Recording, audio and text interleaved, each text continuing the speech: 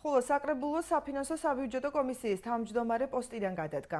მე კარგი ურთიერთობა მაქვს 15-17 დეპუტატთან, მაგრამ თავმჯდომარის მოადგილე არის თავისუფალი დემოკრატების წევრი. მე ქართული ოცნების წევრი ვარ და გადავწყვიტე ოპოზიციური პარტიის წევრს არ ჩავაბარო ანგარიში.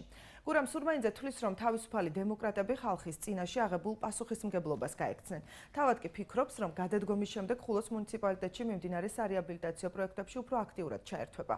გურამ სურმაინძე აცხადებს, რომ მას შემდეგ, რაც ოთარ ცეცხლაძე კოალიციიდან გავიდა, დამოუკიდებლად დაიწყო მუშაობა და შეცვალა ორიენტირიც, რის გამოც ყოველთვიური კომისიის ანგარიშით მის წინაშე წარდგენა, რასაც რეგლამენტი ითვალისწინებს, შეურაცხყოფად მიაჩნია. მომდევნო საკრებულოს ხდომაზე გურამ სურმაინძე ოთარ ცეცხლაძის პოსტიდან გადაყენების საკითხის დაყენებასაც გეკმავს. აცხადებს, რომ მას მხარს დაუჭერენ.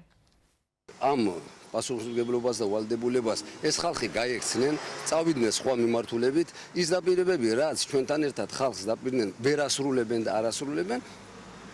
რეგლამენტით თავმჯდომარის მოადგილე აკონტროლებს კომისიის მუშაობას.